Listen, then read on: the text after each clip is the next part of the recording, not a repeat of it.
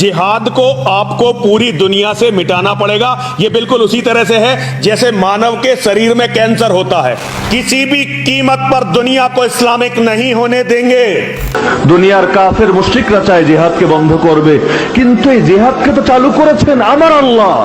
এমনকি বদরের ময়দানে 313 জন সাহাবীদের সঙ্গে লড়াই করার জন্য আল্লাহ 3000 ফেরেশতা পাঠিয়েছিলেন। সেই 3000 ফেরেশতাকে ট্রেনিং দিয়েছেন আল্লাহ নিজে। ফেরেশতারা কি যোদ্ধা? তারা কি ট্রেনিং প্রাপ্ত? কোনদিন তো জিহাদ করেনি। আল্লাহ ময়দানে পাঠাচ্ছেন জিহাদ করার জন্য। করবে কিভাবে? সূরা আনফালের আয়াত, আল্লাহ নিজে কমান্ড দিচ্ছেন, তাদেরকে ট্রেনিং দিয়ে দিচ্ছেন। ফাদরিবু ফাওকাল আনাক ওয়াদরিবু মিনহুম কুল্লা বানান।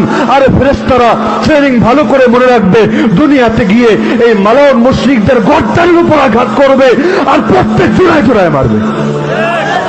আল্লাহ নিজে ট্রেনিং দিয়েছেন যে জিহাদ, সেই জিহাদকে কে বন্ধ করবে?